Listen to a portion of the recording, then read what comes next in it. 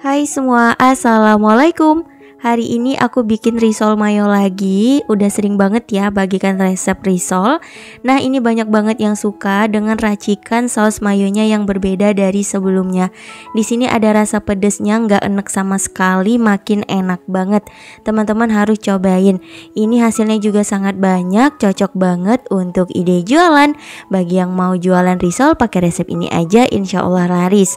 Ayo kita buat. Nah, pertama kita buat untuk isiannya dulu. Panaskan margarin secukupnya. Kemudian kita masak daging slice. Ini biar matang aja, disesuaikan ya teman-teman. Kita bolak-balik agar matangnya merata. Nah, kalau udah ini kita angkat. Biarkan dulu, kemudian kita potong-potong. Kalau aku di sini satu daging slice-nya dibagi menjadi 4 bagian seperti ini. Untuk isian teman-teman bisa sesuaikan aja dengan kebutuhan ya.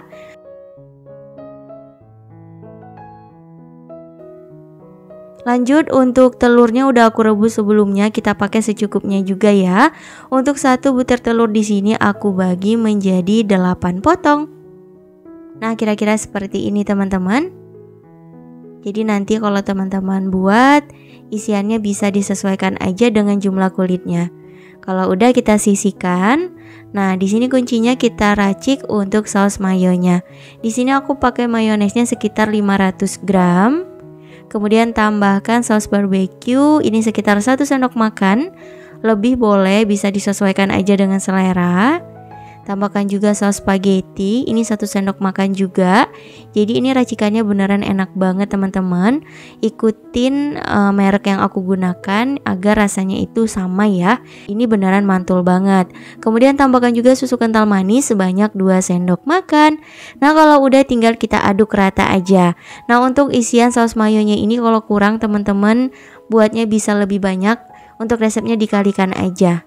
Yang penting 500 gram mayones, kita tambahkan 1 sendok makan sausnya masing-masing. Kemudian tambahkan susu kental manis. Oke, kalau udah kita sisihkan juga, lanjut buat untuk kulit risolnya. Tinggal kita campurkan aja, ada bahan kering tepung terigu, kemudian tepung tapioka, tambahkan juga penyedap, garam, dan juga lada bubuk. Nah, kalau udah tinggal kita aduk hingga tercampur rata.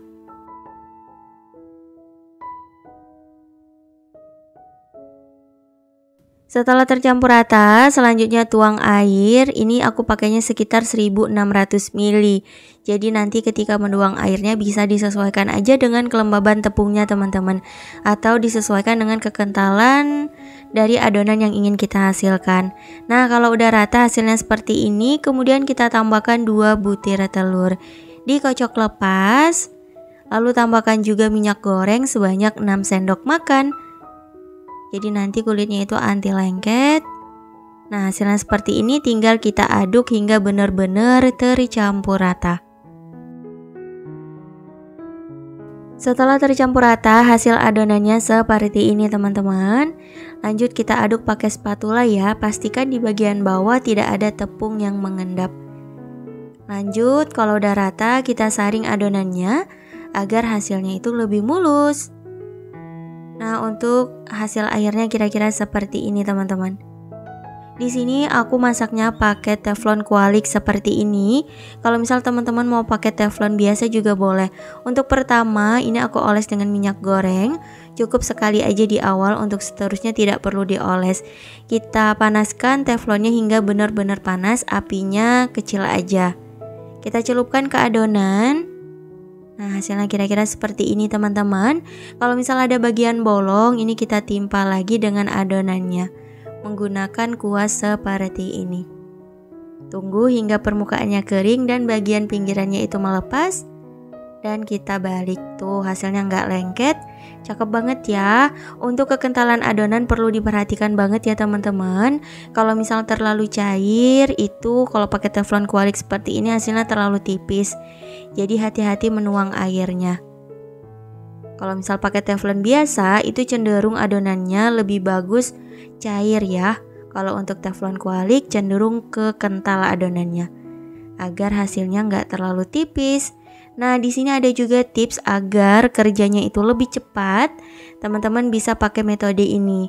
Jadi setelah matang kulitnya langsung diberi isian. Dan perhatikan juga ini bagian yang berpori di bagian bawah ya. Dan bagian mulus itu di bagian atas seperti ini teman-teman. Kita balik agar risolnya ini nggak mudah pecah.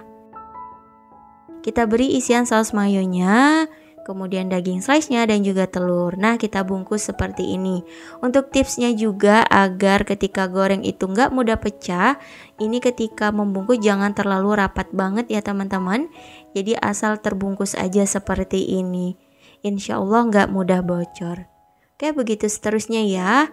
Nah, ini kulitnya udah mateng. Lanjut kita masak lagi adonan berikutnya. Ini caranya cepet banget, jadi nggak perlu nunggu dulu kulitnya hingga matang semua. Nah, kita balik seperti ini ya, bagian mulusnya di bagian atas. Begitu seterusnya teman-teman, lakukan hingga selesai.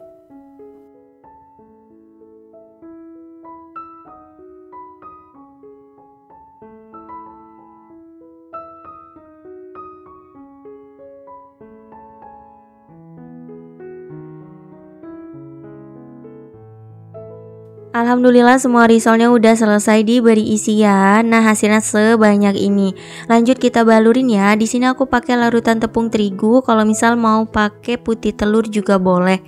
Ini untuk komposisi bahannya udah aku tulis. Kemudian tepung panir secukupnya aja. Kita ambil satu risolnya, celupkan ke bahan basah. Kita balurin di atas tepung panir seperti ini. Tuh, diusahakan pakai sarung tangan agar hasilnya mulus. Cakep banget ya. Untuk tepung panirnya ini aku blender sebentar biar nggak terlalu besar-besar karena aku pribadi lebih suka yang halus seperti ini. Dan ini untuk cara yang kedua, bisa kita goyang-goyangkan aja dan pakai wadah yang lebih besar permukaannya agar kerjanya cepat teman-teman. Ini satu kali balur bisa sampai 2, 3, 4 potong dari risolnya. Nah, kira-kira seperti ini hasilnya bagus banget. Lakukan hingga selesai.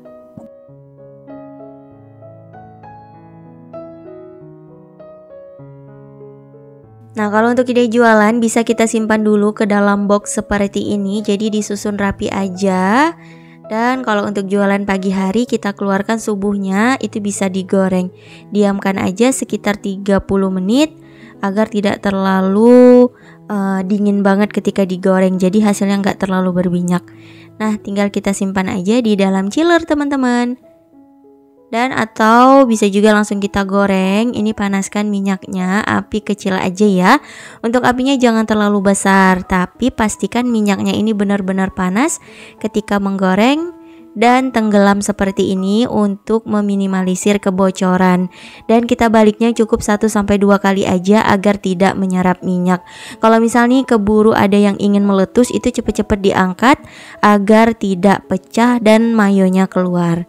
Nah, itu tipsnya ya teman-teman. Jadi baliknya itu jangan terlalu banyak. Nah, kalau misal udah kecoklatan atau kuning keemasan seperti ini, udah diangkat aja. Jadi untuk menggorengnya tidak lebih dari 2 menit agar nggak rawan bocor. Karena untuk risol mayo seperti ini rawan banget bocor ya. Nah, kalau udah tinggal kita angkat, lanjut tiriskan.